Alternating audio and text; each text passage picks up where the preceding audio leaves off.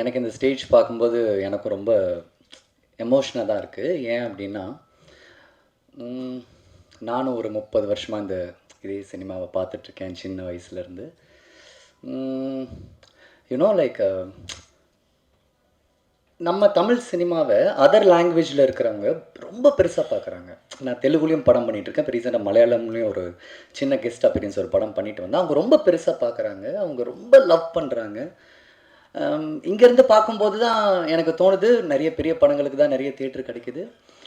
நிறைய சின்ன படங்களுக்கு தியேட்டர் கிடைக்க மாட்டேங்குது.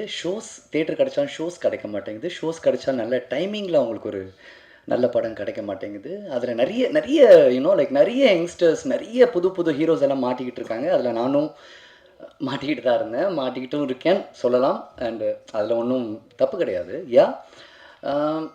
இந்த மாதிரி படம் நிறைய தியேட்டருக்கு வரணும். எனக்கு நிறைய பெரிய பெரிய ப்ரொடக்ஷன்ஸ் நான் வந்துட்டு சின்ன இவங்க தான் அவங்க தான் எதுவுமே நான் நேம் பண்ண விரும்பலை. ஏன்னா அவங்க எல்லாருமே நம்ம தமிழ் சினிமாவுக்காக உழைக்கிற ஒரு மிகப்பெரிய கை. அவங்க எல்லாருமே அவங்க ஹேண்ட்ஸ் அவங்கெல்லாம் வரணும். அவங்க வருஷத்துக்கு எனக்கு என்ன தோணும் எவ்ரி டைம் அப்படின்னா, வருஷத்துக்கு அவங்க ஒரு பெரிய படம் பண்ணால் ஏதாவது 2 சின்ன படம் லைக் ஃபஸ்ட் காப்பி பார்த்து நல்லா இருக்குது வாங்கப்பா உங்களுக்கு நாங்கள் தேட்டர் தரோம் அப்படின்னு எனக்கு வெல்கம் பண்ணுன்னு தோணுது. எனக்கு I think this a nice ஸ்டேஜ்னு நினைக்கிறேன். ஏன்னா அப்படி ஒரு சின்ன படம் ஜெயிச்ச ஒரு படம் டைனோசர் நான் சொல்லலாம். அதில் வந்து கார்த்தின் என் ஃப்ரெண்டு நடிச்சிருந்தார், சார் ப்ரொடியூஸ் பண்ணியிருந்தார்.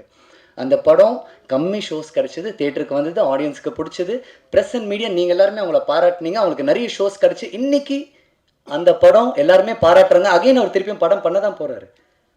அவருக்கு அது மட்டும் தான் தெரியுது. அந்த மாதிரி இவங்களுக்கும் நிறைய தியேட்டர் கிடைக்கணும்னு நான் நினைக்கிறேன். இந்த மாதிரி நிறைய ஹீரோஸ் வரணும்னு நினைக்கிறேன்.